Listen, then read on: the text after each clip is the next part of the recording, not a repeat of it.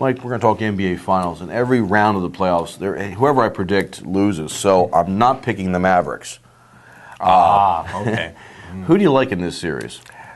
I like Miami, and I think Dallas has a chance to make it a very competitive series. I think people are sort of almost conceding it to the Miami. I think that's way over the top. I think Dallas has a chance to make it real interesting, especially tonight. I think Dallas has a real good chance to win tonight. But Miami is. I think this has been undersold about Miami. A couple months ago, even as recently as a couple months ago, people were saying that Miami didn't know how to play in close games. They didn't know how to close the game. They had this intractable problem with Wade and LeBron both needing the ball and not knowing how to play it. And they've solved all that. They've solved all of that. They've now been booed so relentlessly, as any team in the history of sports probably has been booed, that that seems to be no big deal to them now. They seem bulletproof on the road. I like their defense against the way Dallas plays offense.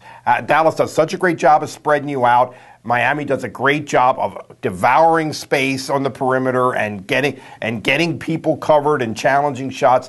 I like the way they play defense much better than the Bulls against Dallas.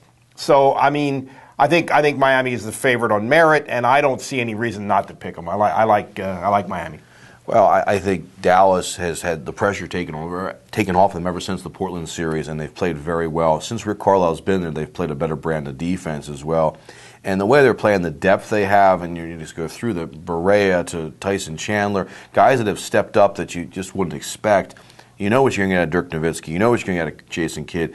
I think the key in this series will be how LeBron James plays defense on Dirk Nowitzki. He played very good defense against Derrick Rose, the MVP in the league, and that's a guard. How is he doing against a 7-footer like Dirk? And that's probably going to be only sporadically. I'm sure that LeBron is not going to guard Dirk for a whole game. He didn't guard Rose for. No, I think the first 3 quarters you'll see different guys. Yeah. The fourth quarter, when the game really matters, if it matters at that point, there's the matchup they're looking for there.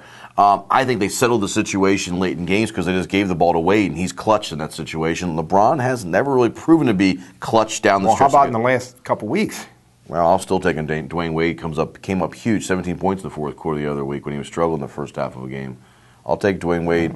I think LeBron made some big shots in the last couple weeks in clutch situations. But anyway, we'll see. This playoffs may make a big difference if I become a LeBron James fan or not. But I think it's more ego than it is anything else with that guy right now. What do you think of the playoffs as a whole right now? I think they've been fabulous. I never remember enjoying them more without having a dog in the fight. I mean, I really don't care who wins, and I think they've been terrific. I think the brand of basketball that's played in the NBA right now is really, really good. I think the rules changes that they've made, which a lot of people have been critical of, I think have been overwhelmingly positive. I don't see any negative at all about them, and there are historically great players in the game right now. We could not disagree more emphatically about LeBron James, but I think Dirk Nowitzki is another one. I think Kobe is another one, although we disagree about him too. But I think there's a lot of great basketball players in the game right now. Derrick Rose is another one. Chris Paul is another one who I think is now kind of forgotten and underrated a little bit because his team isn't that good. So I think it's a really good time in the NBA right now. One of the reasons why the rules you're talking about are the clutching and the grabbing that have not gone. I liked some of that. I liked the hip check. I used to like that you could keep a hand on the defender, but it got too much in the 90s. The late 80s, the Detroit Pistons probably even took it too far. I did like the Bad Boys, but then the Knicks under Pat Riley, it got them as too physical. But what the biggest problem was that one-on-one basketball that was taking place where they just spread the court. I agree. And that wasn't fun to watch. It wasn't enough players involved. Now when you have guys that are penetrating, dishing it out for the three, kicking it into the low post, either there's a shot or they kick it back out or a switch to the weak side of the court.